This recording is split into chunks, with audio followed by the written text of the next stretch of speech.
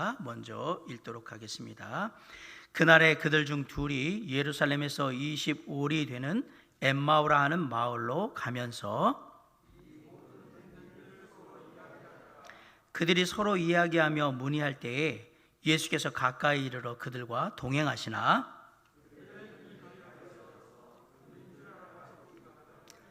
예수께서 이르시되 너희가 길 가면서 서로 주고받고 하는 이야기가 무엇이냐 하시니 두 사람이 슬픈 빛을 띠고 머물러 서더라.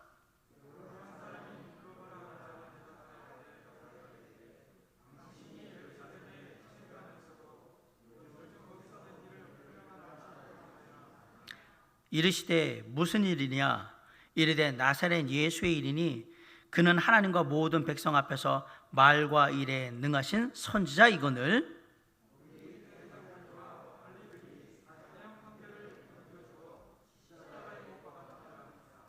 우리는 이 사람이 이스라엘을 속량할 자라고 바라노라. 이뿐 아니라 이 일이 일어난 지가 사흘째요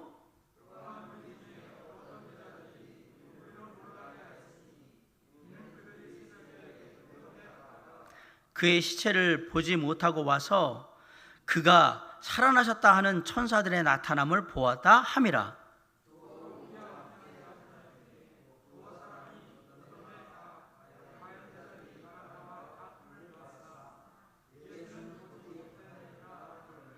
이르시되 미련하고 선지자들이 말한 모든 것을 마음에 더디 믿는 자들이여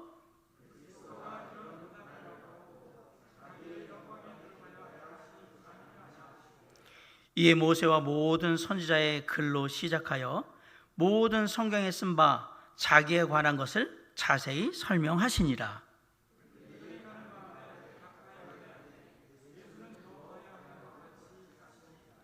그들이 강권하여 이르되 우리와 함께 유하사이다. 때가 저물어 가고 날이 이미 길었나이다 하니 이에 그들과 함께 유하로 들어가시니라.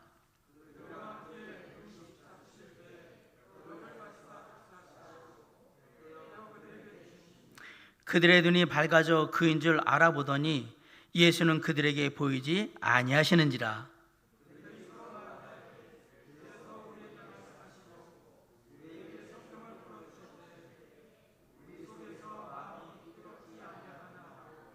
곧 그때로 일어나 예루살렘에 돌아가 보니 11 제자 및 그와 함께한 자들이 모여 있어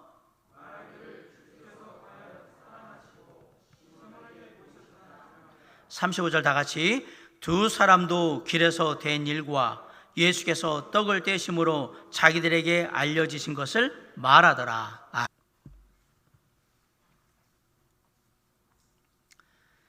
14년 동안 미국에서 공부를 하고 한국으로 돌아온 의사 한 분 있었습니다. 오랫동안 미국에서 공부를 하고 있으면서 생각했어요. 아내만큼은 내가 외국 사람이 아니라 전형적인 한국 여자를 아내로 맞아야 되겠다라고 생각을 했고요. 한국에 마침내 돌아와서 여러 사람을 만난 가운데 자신이 가장 생각했던 이상형에 가까운 여자를 만나서 신부감으로 교제를 하게 됐고 그리고 결혼을 했는데 결혼한 지 6개월도 지나지 않아서 너무너무 아내가 실망스러운 거예요. 그래서 결혼까지 후회가 된 거예요. 그럼 뭐 때문에 이 사람은 실망을 했을까? 첫째는 아내가 자기보다 더 늦게 일어나는 거예요. 일찍 일어나서 밥 해놓고 자기를 기다려야 되는데 자기보다 더 늦게 일어나니까 실망스러웠고 거기다가 뭐 그건 그런데 음식을 하면 음식을 잘해야 되는데 한국 여자들이 음식에 손맛이 있잖아요. 음식 솜씨가 엉망인 거예요. 그러니까 너무 또 실망스럽고 그리고 전혀 여자다운 데가 없는 거예요. 그냥 털털해가지고 아무데나 막 옷 벗어놓고 막 정리도 안 돼 있고 외국 여자가 싫어가지고 한국 여자를 내가 아내로 맞아야 되겠다라고 생각하고 결혼을 했는데 미국 여자보다 더 서구적인 거예요. 아침은 시리얼로 먹으라고 하거나 아니면 그냥 아침 점심으로 브런치를 먹자고 하거나 뭐 간식 먹자고 하면 피자 시켜서 먹고 막 이러니까 견디지를 못하겠는 거예요. 그래서 난 정말 실망스럽다라고 얘기를 하는데 그 상대되는 아내에게 부인의 이야기를 들어보니까 부인의 이야기는 또 다릅니다. 남편이 미국에서 13년이나 살았고 왔기 때문에 이 남자는 한국 남자들하고 다른 뭔가 있겠다라고 많이 기대를 했던 거예요. 그런데 결론을 말하면 정말 실망이 되는. 뭐가 실망이 되냐? 남편이 음식만 찾으면 맨날 된장찌개 해라, 김치찌개 해라 만 이러니까 너무 실망스럽고, 좀 외국에서 좀 물 좀 먹고 왔으면 레이디 퍼스트 해가지고 뭐 어디 갈 때 이렇게 좀 아내를 배려하고 이런 게 있을 줄 알았는데, 뭐 그냥 걸어가게 길 가면 자기 혼자 막 하고 따라오라고 막 그러고 있고, 뭐 그냥 문 열어주는 건 아니고 알아서 내리면 되는 거지 이렇게 얘기를 하고. 외국에서 살다 왔는데 도대체 서구적인 맛은 하나도 없고 정말 실망스럽더라 라고 얘기하는 거예요. 그렇죠.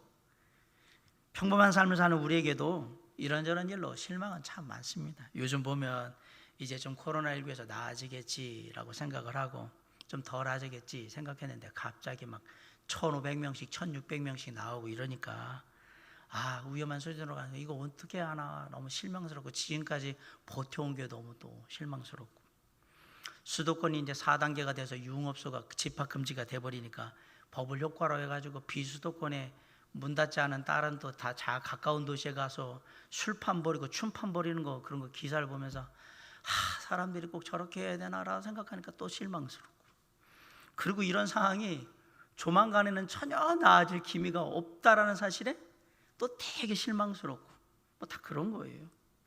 분명한 것은 지금 우리나라의 평범한 국민들은 다 깊은 실망감 가운데 빠져 있는 것 같습니다. 뿐만 아니라 뭐 세상에 이런저런 일이 나도 신앙 가지고 잘 버티고 별로 실망하지 않을 거라 생각하는 저와 같은 목회자들도 사실은 자주 실망하고요, 슬럼프에 빠지고, 그런 것들이 잘못되면 심한 경우에는 목회를 그만두는 경우도 있습니다. 2018년 4월에 이 기독일보 기사에 보면 교회 커뮤니케이션 전문가인 그 팀 피터스라는 목사님이 쓴 글이 나오는데, 목회자가 목회를 빨리 그만두는 진짜 이유 10가지가 나와요. 근데 그 10가지에 보면 목회자들이 목회를 그만두는 여러 가지 상황들은 다 다른데 공통점이 있어요. 그래서 10가지를 추려했는데 그 중에 첫 번째가 뭐냐? 성도들이 자신을 비난하고 원망할 때 그 실망감으로 인해서 목회를 그만둔다가 1위예요. 실망감이 얼마나 무서운 건가라는 걸 알 수 있어요. 이처럼 실망감이라는 건, 실망은 모든 사람들의 문제입니다. 살아오면서 한 번도 실망하지 않은 사람이 과연 있을까요? 저는 단언코 얘기하는데 한 사람도 없을 겁니다. 물론 어떤 경우에는 실망스러운 일이 있긴 하지만 뭐 그냥 그럭저럭 그냥 실망감을 넘기고 그렇게 가는 경우도 있어요. 그러나 어떤 경우에는 그 실망감이 너무너무 깊어지고, 그리고 그 정도가 너무너무 심해서 그냥 그 자리에 주저앉아서 아무것도 하기 싫고 그냥 넋놓고 있는 그런 때가 있습니다. 나를 사랑하지 않는 연인은, 나는 열심히 사랑했는데, 진짜 사랑했는데 그런 연인의 모습을 보고 실망하면 더 이상 사랑하지 않게 될 겁니다. 열심히 일하는데 나만 따돌리고 일하는 직장의 동료들을 볼 때 더 이상 일하고 싶지 않으실 거예요. 나는 정말 믿고 함께 하려고 했는데 나를 믿지 못하고 나를 멀리하는 친구들을 바라볼 때 실망하고, 더 이상 얘네들은 만나지 말아야 되겠다라는 생각을 하게 될 겁니다. 실망감을 갖게 되면 소중히 여겼던 나의 꿈이나 비전을 버리기도 하고요, 심한 경우에는 삶을 포기하기도 합니다. 이처럼 실망감은 연인관계나 부부관계나 친구관계나 동료관계, 교회라고 하면 교우관계 속에서 자주 발생을 합니다.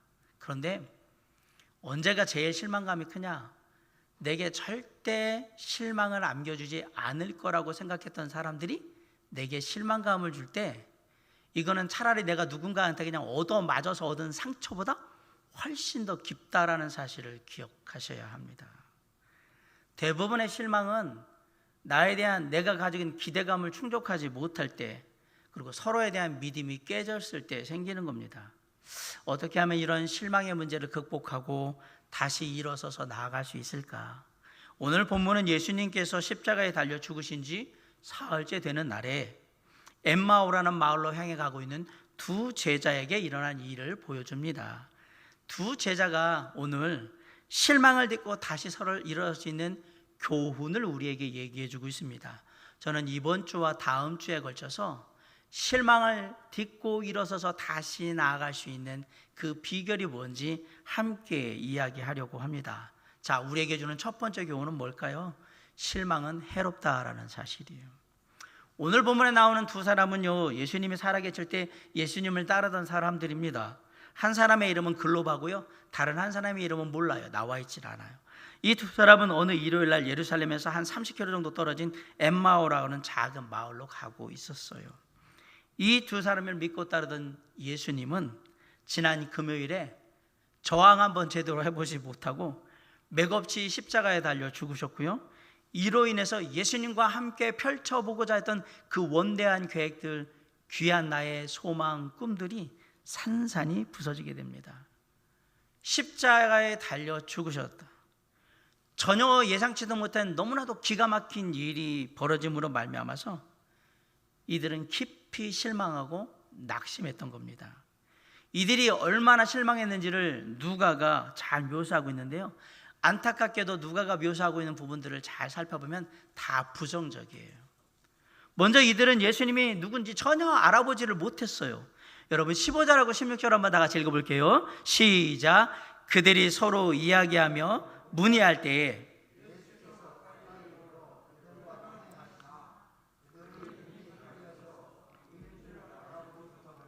네, 본문에 보면 이들은 최근에 일어난 이 모든 된 일에 대해서 이야기하고 있었고 길을 가고 있었는데 예수님께서 가까이 가셔서 이들과 동행을 하셨습니다.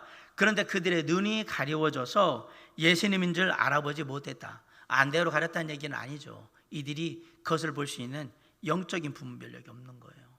왜 이들은 얼마 전까지 함께 동고동락했던 예수님을 전혀 알아보지 못했던 걸까요? 실망감이 너무 깊어지니까 분별력도 잃어버린 거예요. 그렇습니다. 실망을 하게 되면 우리는 분별력을 잃어버리게 됩니다.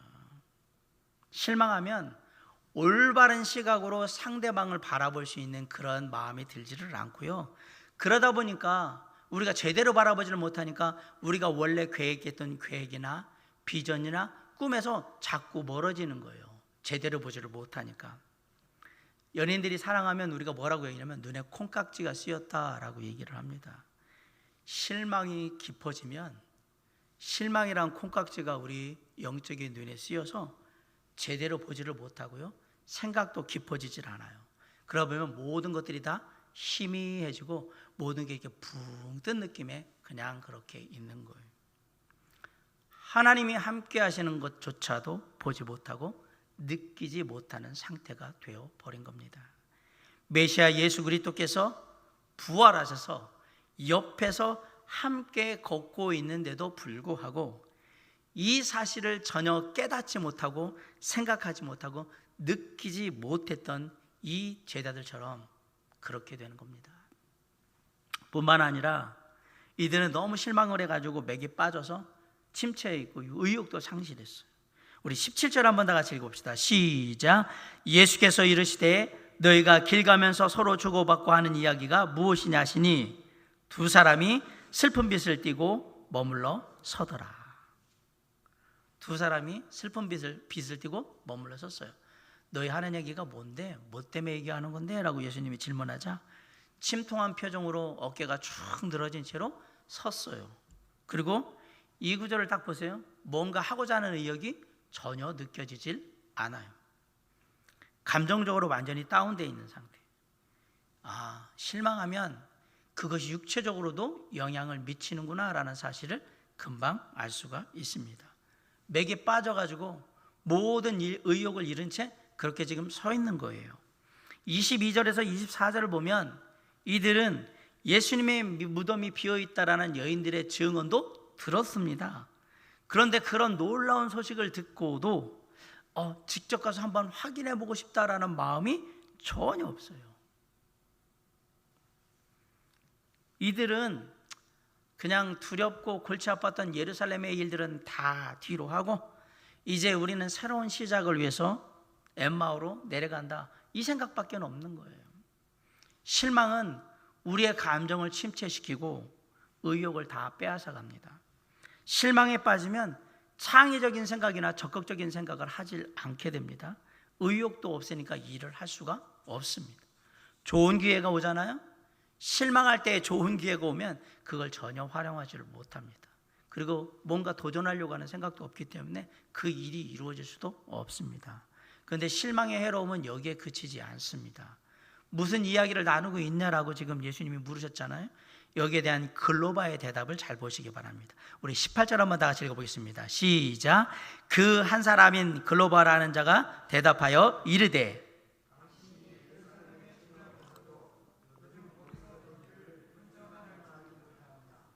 글로바가 예수님한테 뭐라고 대답하냐면, 아니 예루살렘에 있다가 왔다면서요. 그런데 예루살렘에서 그 대단한 놀라운 일들이 벌어졌는데 그것도 몰라요?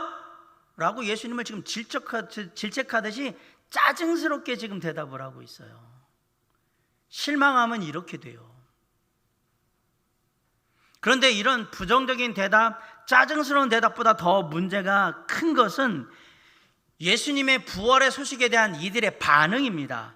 자, 우리 22절로 24절을 한번 같이 읽어봅시다. 22절 시작.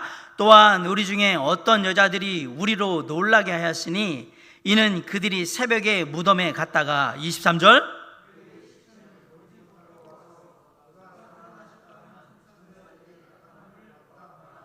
24절 또 우리와 함께한 자 중에 두어 사람이 무덤에 가 과연 여자들이 말한 바와 같음을 보았으나 예수는 보지 못하였느니라 하거늘. 여인들의 말은 너무나도 기쁜 소식이었지만 이들은 이 말을 믿지 않았습니다.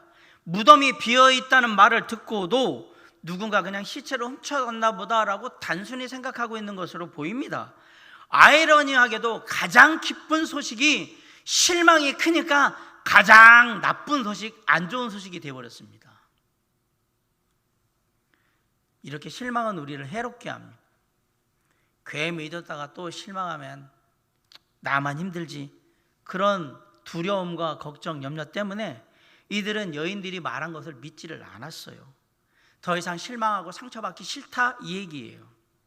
대개 주변 들로 인해서 여러 번 상처받은 사람들은 어느 순간 딱 되면 마음을 탁 닫아걸고요, 더 이상 마음을 열지 않습니다.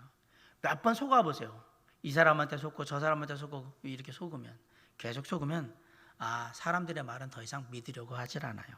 나는 내가 보고 내가 확인한 것만 믿는다, 남의 말은 안 믿는다, 막 이렇게 돼버리는 거예요.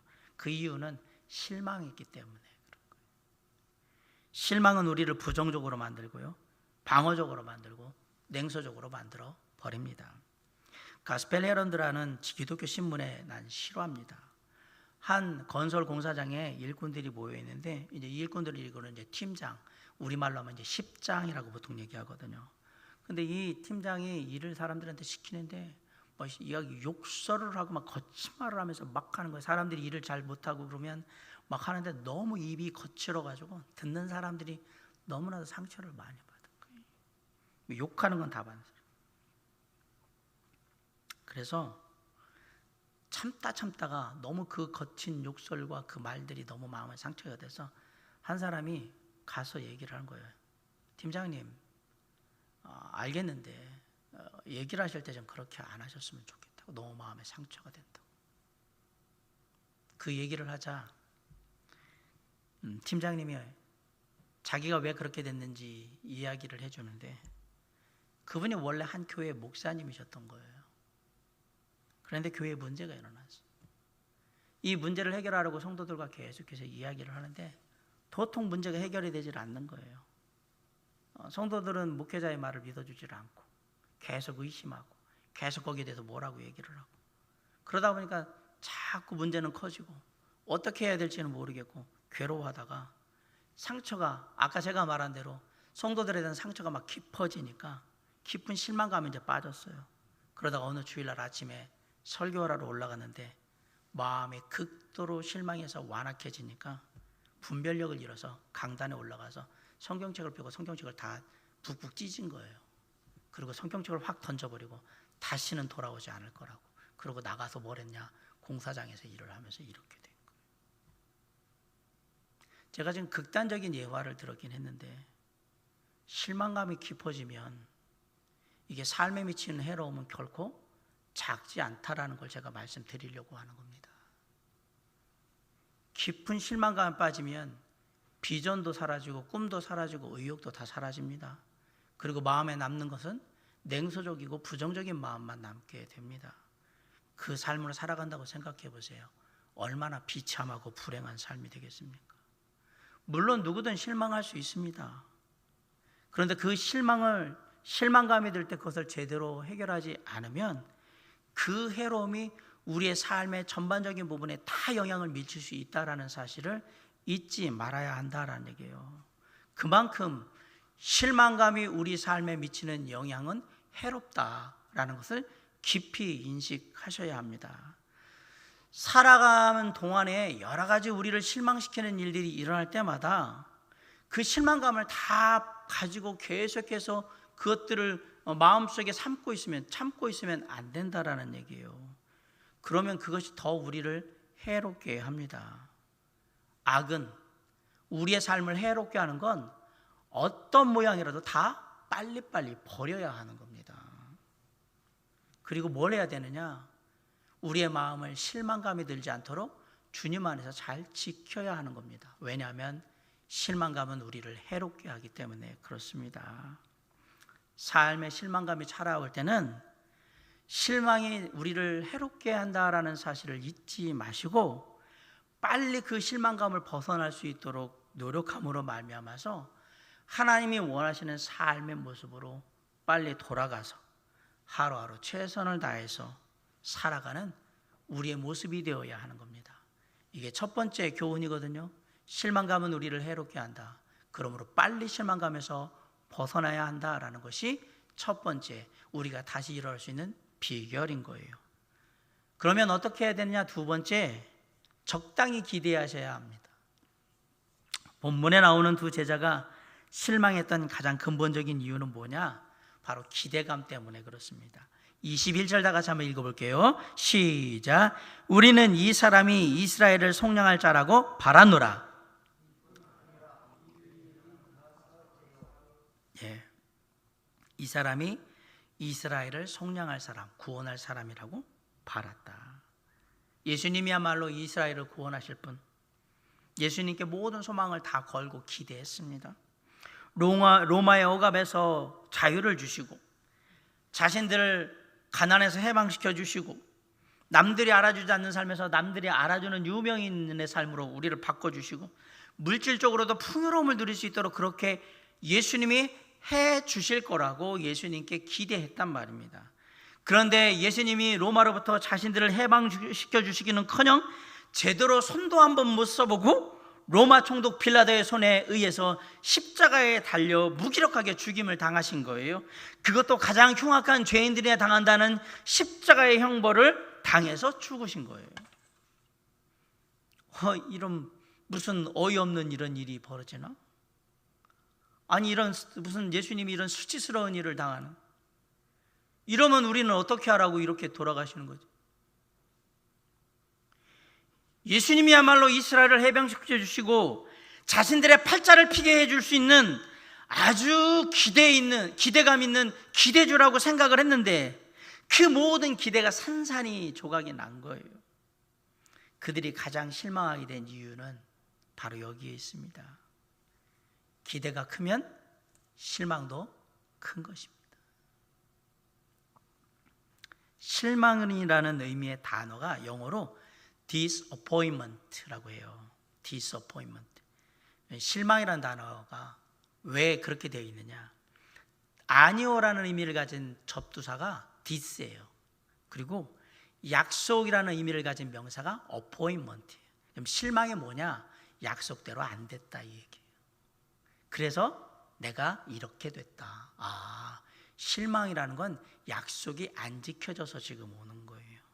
내가 이렇게 약속했는데, 내가 말을 안 했지만 이렇게 하리라고 마음에 다짐하고 했었는데, 내가 이 정도는 해주리라고 기대했었는데 그런 그 기대가 이루어지지 않을 때 뭐가 이루어지냐? 실망하게 되는 거예요. 한 젊은 자매가 소개팅으로 어떤 남자를 만나서 첫눈에 반해버렸습니다. 그 남자가 너무 자상하고요, 유머도 있고 외모도 잘생겼어요. 아, 이런 남자하고 같이 살면 정말 행복하겠다 생각합니다. 연애하는 내내 그 남자는 그녀가 생각하는, 아니 그 이상의 남자였습니다. 기대 이상의 남자였어요. 그녀는 꿈에 부풀었고요. 그리고 행복한 결혼 생활을 시작하게 됩니다. 결혼 생활이 가져다 줄 현실은 조금 다를 수 있다는 생각을 전혀 못하고 꿈 같은 결혼 생활을 기대했어요. 그냥 클래식 음악 틀어놓고 저녁이면 촛불 켜놓고 장미꽃 있는 저녁 식탁에서 남편과 함께 맛있는 식사를 나누면서 막 이렇게 하고 샴페인에도 한잔 먹고 로맨틱하게 대화를 나누고 막 이러리라 생각을 하고, 휴가 때는 이곳저곳 해외 여행을 다니면서 그곳에서 그냥 행복하고 즐거운 그런 모습을 보내면서 교회에 있는 형제자매들한테 SNS로 나는 행복합니다, 정말 정말 행복합니다 해시태그 달아가지고 나는 그렇게 하리라, 그렇게 생각하면서 기대를 하며 결혼했는데, 그리고 마침내 결혼을 했고요. 꿈같은 신혼여행을 다녀왔습니다. 정말 행복하게. 신혼 초에는 어느 정도 자신이 꿈꾸던 삶의 모습들이 이루어지는 것 같았어요. 근데 1년쯤 지나고 나니까 삶의 모습이 변하기 시작했어요. 그토록 자상하던 남편은 맨날 툴툴거리기 시작했고, 직장에 일에만 빠져가지고 그냥 일하느냐고 너무 바빠요. 늦게 들어와요. 집안일은 신경 쓰지도 않아요. 저녁도 먹고 들어오는 거 다반사예요. 여행은 꿈도 못 꿔요. 직장에서 자리 잡아야 된다고 꿈도 못 꾸고, 내가 생각했던 그 정말 아름다운 해외여행지에서 정말 행복합니다, 짱이라고 막 이렇게 해시태그 하면서 남들한테 좀 약 올리고 싶었는데 하나도 못하고 있고요. 모처럼 분위기 잡고 촛불 켜놓고 오늘은 저녁 때 일찍 들어오라고 해서 또 알았다고 얘기해서 했는데 갑자기 야근을 한다고 그러면서 텅 빈 촛불 켜놓은 저녁 식탁에 홀로 앉아서 눈물 흘리면서 밥 먹고 있는 일이 생각나고, 마침 어느 날은 들어와가지고 오늘은 좀 분위기 좀 내야 되겠다 그러고 촛불 켜고 다 해서 했는데 이렇게 어두워가지고 밥 뭐 어떻게 먹느냐고 짜증을 내기 시작하고, 쉬는 날은 좀 일찍 일어나가지고 같이 좀 어디 좀 가자고 하는데 쉬는 날만 되면 잠만 퍼질러 자고 피곤하다고.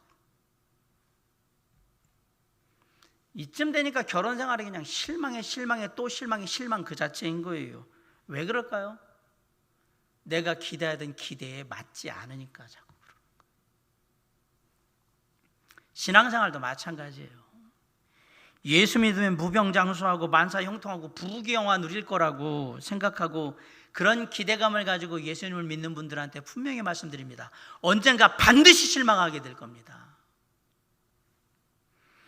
하나님께서는 내가 드리는 모든 기도 제목들을 다 들어주실 거라고 믿고 기대했다면 분명히 말씀드립니다. 언젠가 반드시 실망하게 될 겁니다. 무슨 물물거래 하듯이 내가 이렇게 시간 내서 예배 드리고 헌금도 하고 열심히 하나님 믿고 하나님 섬겼으니까 하나님께서 내게 적절한 보상을 분명히 해주실 거야, 내가 생각하는 만큼 우리 가족들에게 내 일터 사업 모든 거 다 살펴주실 거야 라고 기대한다면 언젠가 반드시 실망하게 될 겁니다. 혹시 우리 성도님들 중에 목사님이나 교회 형제자매님들이, 집사님들이나 목사님들이 나의 모든 문제를 살펴주고 해결해주며 기도해주고 내 모든 부탁을 원하는 대로 다 들어줄 거라고 그렇게 기도하고 계신다면, 기대하고 계신다면 언젠가 반드시 실망하게 될 겁니다. 이건 예수 그리스도의 능력이 모자라거나 없어서 이루어지는 일들이 아닙니다. 예수님이 원하시는 바와 우리의 신앙생활의 모습이 전혀 맞지 않기 때문에 일어나는 일들입니다. 예수님은 당신의 자녀들을, 예수를 믿는 사람들에게 럭셔리하게 장식한 공주의 침대를 약속하지 않으셨습니다.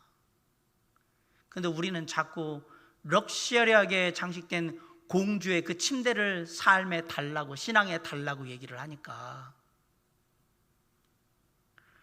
오히려 예수님은 하나님을 닮아가는 삶, 주님을 따르는 삶을 살고자 하는 사람들은 세상에서 핍박받기를 두려워하지 말라, 그냥 핍박받을 거라고 기대하라고 얘기하세요.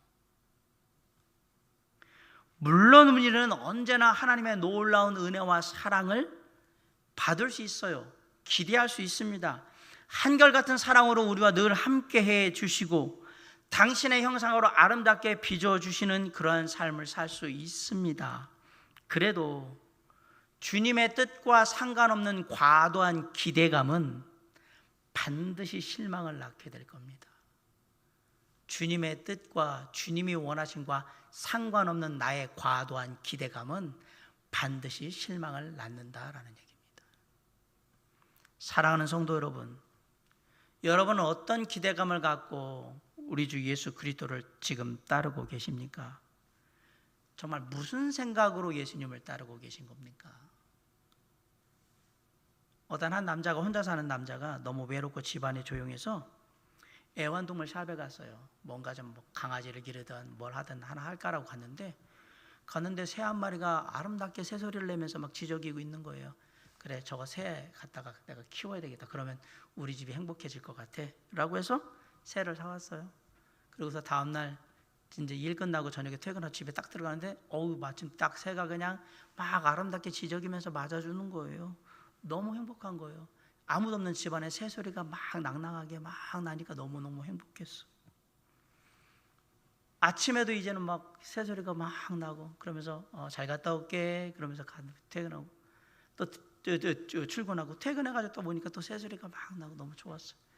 그러더니 보니까 먹이가 없어서 먹이를 주려고 물하고 먹이하고 이렇게 주려고 딱 봤는데 그러니까 새가 다리가 하나밖에 없는 거예요.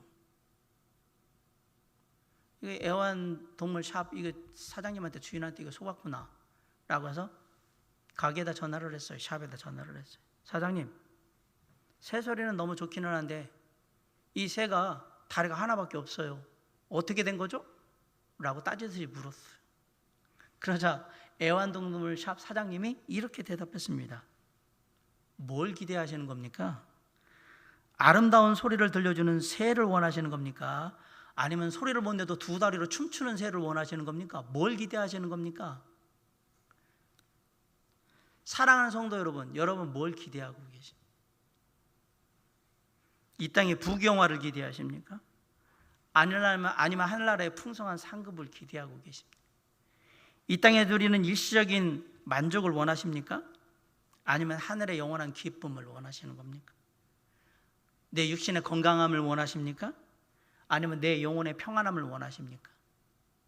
이 모든 걸 다 원하신다고요? 반드시 실망하게 되실 겁니다. 죄송합니다. 다 원하시면 반드시 실망하게 되실 겁니다. 적당히 기대하시기 바랍니다.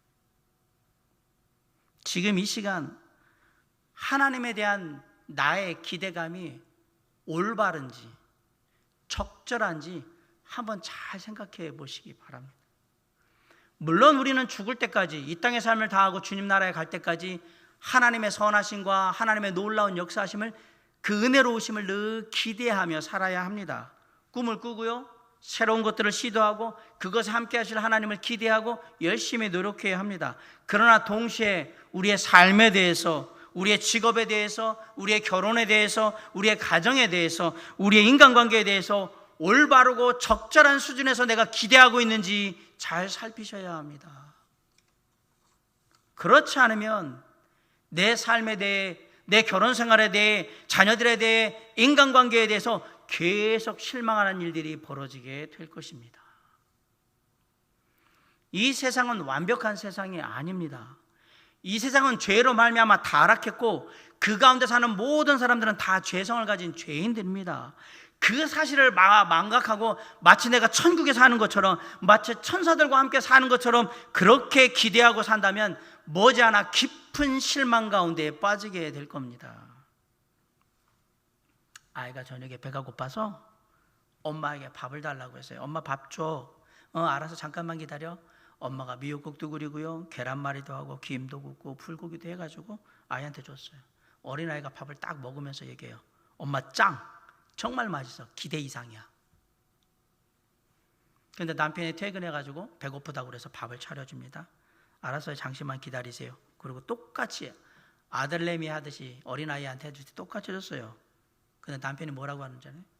에이 뭐야, 난 된장찌개 좋아하는 건 된장찌개 끓일 줄 알았는데, 그리고 나는 그냥 불고기 싫어하잖아. 양념 불고기 좋아하잖아. 누가 먹으라고 이렇게 써? 아이는 엄마가 간단하게만 차려도 내 허기만 채울 수 있으면 될 거라고 생각했는데 엄마가 차려준 모든 것들이 자기가 생각했던 이상이니까 너무 행복해서 기대 이상의 엄마 짱이라고 했던 거고, 남편은 말 안 해도 이 정도는 해주겠지, 하루 이틀 살았나 아내가 나를 잘할 텐데 라고 생각하니까 자신에게 나름의 기대치가 있었던 거예요. 그 기대에 부응하지 못하니까 이렇게 잘해주는데도 불구하고 실망하고 불평하는 거예요. 사랑하는 성도 여러분, 우리가 하나님 앞에 기대할 때에 창신아, 그래도 이건 아닌 것 같은데, 이런 얘기 안 들을 정도만 기대하시면 실망은 안 합니다.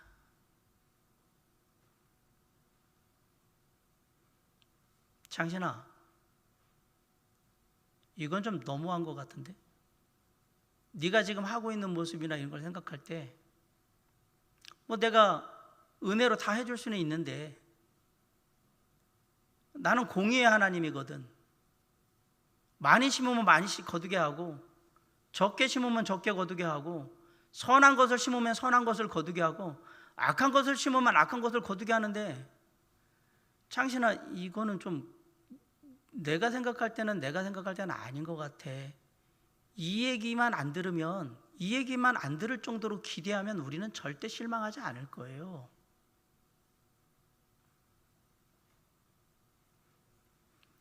기대한 만큼 이루기 원한다라면 우리 주 예수 그리스도 하나님께 올인하셔야 합니다. 올인하셔야 합니다.